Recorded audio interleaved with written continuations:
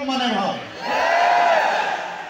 ফাঁসির পাতাতলের উপর দাঁড়ালেও যেন সম্মানের হয়, আবু সাইদের মতো বুক পেতে গুলি নিলে সেটাও যেন আনন্দের হয়।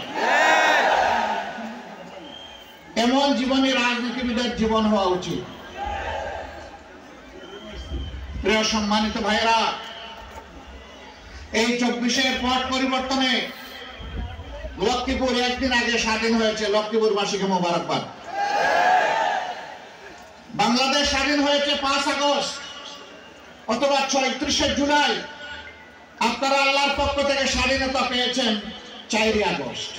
দুনিয়া থেকে বিদায় নিয়েছেন, আমি তাদেরকে গভীর শ্রদ্ধার সাথে স্মরণ করছি। মহান রবের দরবারে দোয়া করছি আল্লাহ যেন তাদেরকে শহীদ হিসেবে কবুল করে।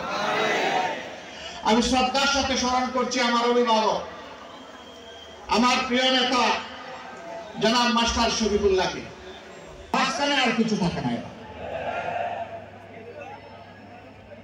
এই আন্দোলন করতে গিয়ে শত শত যুবক, শ্রমিক, মেহনতি মানুষ, সাধারণ মানুষ জীবন দিল। 34,000 মানুষ গুরুতর আহত হয়ে পঙ্গু হয়ে গেল। কারো দুটি চোখ নেই,